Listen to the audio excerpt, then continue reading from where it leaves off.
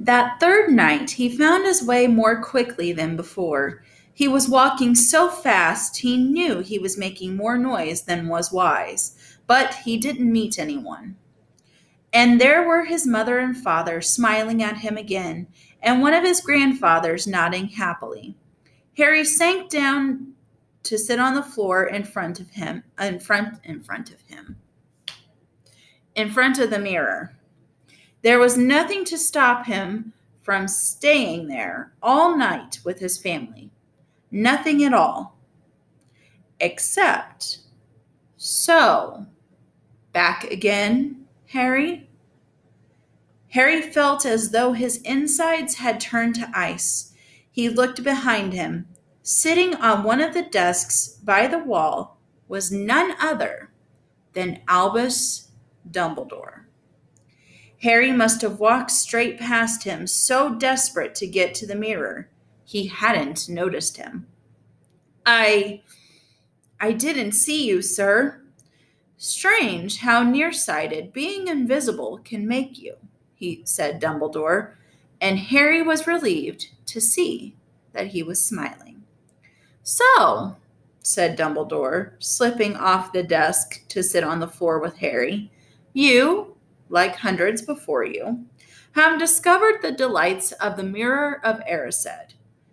I didn't know what it was called. It was called that, sir.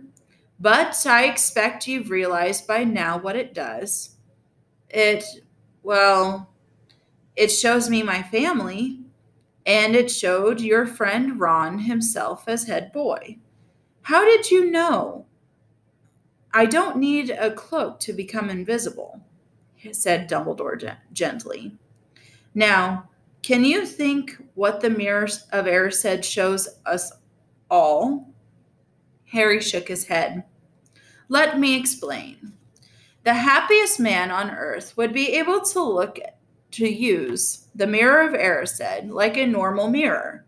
That is, he would look into it and see himself exactly as he is. Does that help? Harry thought. Then he said slowly, it shows us what we want, whatever we want. Yes and no, said Dumbledore quietly. It shows us nothing more or less than the deepest, most desperate desire of our hearts. You, who have never known your family, see them standing around you.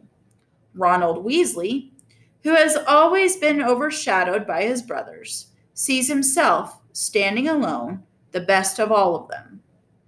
However, this mirror will give us neither knowledge or truth.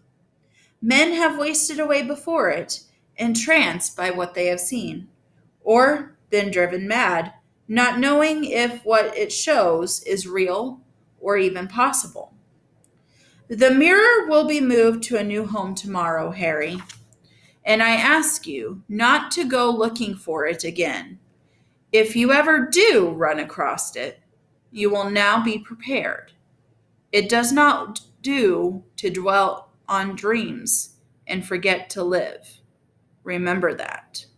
Now, why don't you put that admirable cloak back on and get off to bed? Harry stood up. Sir, Professor Dumbledore, can I ask you something? Obviously, you've just done so, Dumbledore smiled.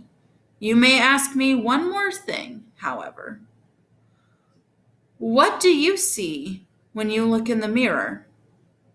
I see myself holding a pair of thick woolen socks. Harry stared. One can never have enough socks, said Dumbledore. Another Christmas has come and gone, and I didn't get a single pair. People will insist on giving me books. It was only when he was back in bed that it struck Harry that Dumbledore might not have been quite truthful. But then, he thought, as he shoved Scabbers off his pillow, it had been quite a personal question. Next up, Chapter 13, Nicholas Flamel.